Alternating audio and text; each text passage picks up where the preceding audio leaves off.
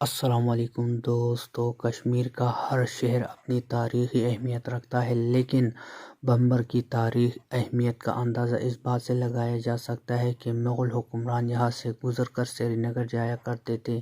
اس باب کشمیر بھی کہا جاتا ہے۔ کسی دور بھی بمبر ایک ریاست کے طور پر بھی جانا جاتا تھا۔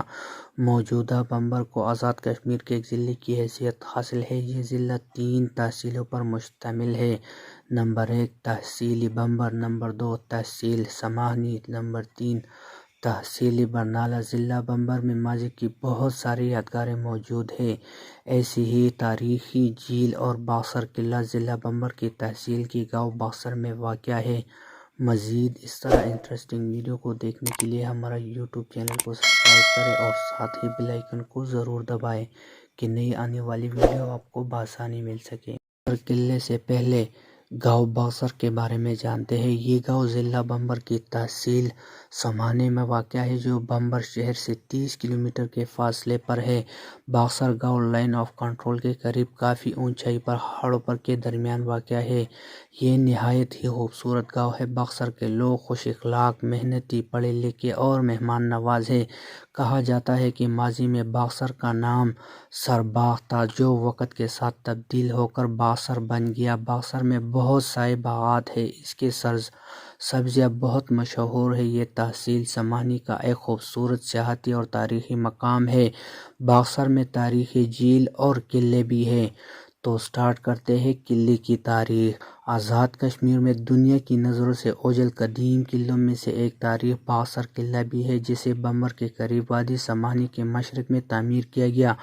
کچھ تاریخی عمارتیں ایسی ہیں جن کی سنِ تعمیر کے بارے میں حتمی طور پر نہیں بتایا جا سکتا کہ انہیں کب اور کس نے تعمیر کروایا۔ قلعہ باقصر کا شمار بھی انہی میں ہوتا ہے جس کی سنِ تعمیر کے بارے میں درست معلومات دستیاب نہیں ہیں۔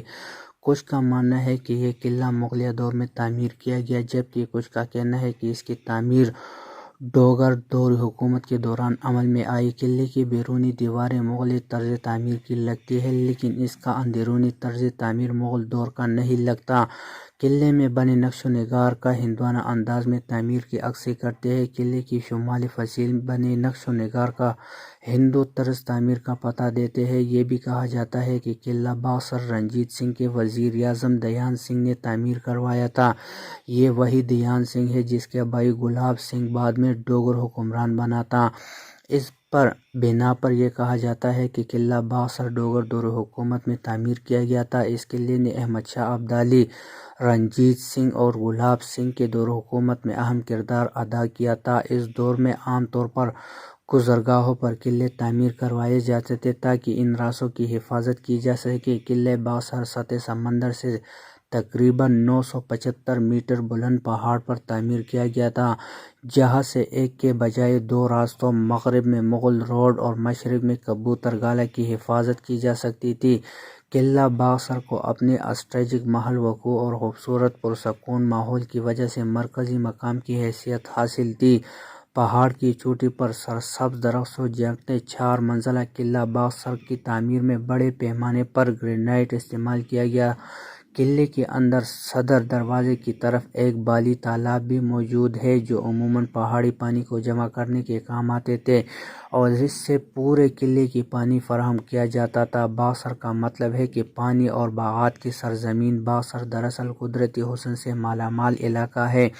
ڈوگرا حکمران مہاراجہ رنبیر سنگھ نے قلعہ باقصر سے نیچے مشرق کی جانب ایک ٹھنڈے پانی کی جھیل بنوائی تھی۔ تقریباً نصف کلومیٹر طول اس جھیل میں بہت سے مقامی اور نقل مکانی کرنے والے پرندے، خاص طور پر بطخیں اور ہنس آتے تھے۔ یہ قلعہ اس کے دامن میں واقع جھیل کافی مشہور ہے اور یہ دونوں اس علاقے کے نام سے منسوب ہے۔ قلعے کے آس پاس کی پہاڑیاں چڑیا دیوار کے درختوں اور گل سوہن سے ڈھکی ہوئی ہیں۔ کہا جاتا ہے کہ قلعہ باقصر میں کئی بادشاہوں نے قیام کیا اور اس علاقے کی آب و ہوا اور فطرت سے بھرپور لطف اندوز ہوئے۔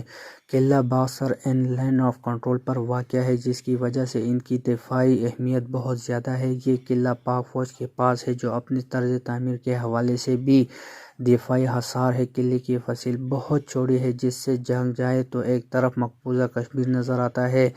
قلعہ باغسر کے صدر دروازے والے حصے کی بھارتی گولہ لگنے کی شدید نقصان پہنچا، جس کے آثار اب بھی نظر آتے ہیں۔ قلعے کی کئی فصیل کے ساتھ فوجیوں کے لیے کمرے بھی بنوائے گئے تھے۔ اس کے علاوہ اس میں ایک سرنگ بھی بنائی گئی تھی۔ قلعہ باغسر جاتے ہوئے راستے میں زمانے کی شکست و رخت کا شکار ایک سرائے بھی آتی ہے جسے سرائے سعد آباد کہا جاتا ہے۔ مغلیہ طرز پر بنی اس عمارت کی محرابیں، کچھ کمرے اور داخلی دروازہ اب بھی قائم ہے۔ پنجاب سے کشمیر کی تاریخ راستے پر واقع یہ سرائے ماضی میں ایک اہم پڑاؤ تھا۔ بڑے سے دروازے کی چاروں اطراف بنے ہوئے کمرے اور درمیان میں بڑا سا صحن سرائے کے شاندار ماضی کا گواہ ہے۔ یہ اس گزرگاہ کا سنگ میل ہے جس کا استعمال مغل شہنشاہ جہانگیر کشمیر جانے کے لیے کرتا تھا۔ یہ جہانگیری گزرگاہ تھی جو دلی سے لاہور، سیالکوٹ، بمبر سے ہوتی ہوئی یہاں آنکتی تھی اور پھر مقبوضہ کے شہر نوشہرہ، نریا سے ہوتی ہوئی رجوے اور پھر پونچھ پہنچتی تھی۔ قلعہ باغسر کی خاص بات یہ ہے کہ یہاں سے دلی اور لاہور کا فاصلہ تقریباً یکساں ہے۔ مشہور مغل شہنشاہ جہانگیر کے بارے میں مشہور ہے کہ 1627 میں کشمیر سے واپسی وہ ہیضے کا شکار ہو کر سہائے سعدآباد کے قریب وفات پا گیا تھا۔ وہیں پر اسے خطوط کیا گیا اور اس کے اندرونی اعضاء کو باغسر میں دفن کر دیا گیا۔ بعد از جس خاکی کو باغسر سے لاہور لے جایا گیا تھا، وقت کے ساتھ ساتھ یہ عام سی قبر بارشوں اور کئی سے معدم ہو چکی ہے۔ اور اب بات کرتے ہیں باغسر کی جھیل۔ ضلع بمبر آزاد کشمیر میں سطح سمندر سے 975 میٹر کی بلندی پر واقع ہے۔ جھیل تقریباً نصف کلومیٹر طول ہے اور ایک مقبول سیاحتی مقام ہے۔ باغسر میں پور کا ایک خوبصورت اور تاریخی مقام ہے۔ یہ گجرات سے براستہ بمبر 64 کلومیٹر کے فاصلے پر ہے۔ یہاں مغل دور میں تعمیر کردہ کئی باغات موجود ہیں اور ایک بڑا قلعہ بھی ہے۔ یہ قلعے کی تاریخ روایت کے حوالے سے خاص اہمیت رکھتا ہے۔ کہتے ہیں کہ شہنشاہ جہانگیر جب دورہ کشمیر پر آیا تو واپس میں وہ قلعہ باغسر میں بیمار ہوا اور یہیں پر اس نے وفات پائی۔ اس کے جسد کو باغسر سے لے کر جا کر لاہور میں دفن کیا گیا تھا۔ مغلوں کے بعد دیگر بادشاہ بھی قلعے باغسر میں رہے۔ قلعے کے دامن میں واقع باغسر جھیل اس جگہ کے حسن کو دوبالا کرتی ہے اور دیکھنے سے تعلق رکھتی ہے۔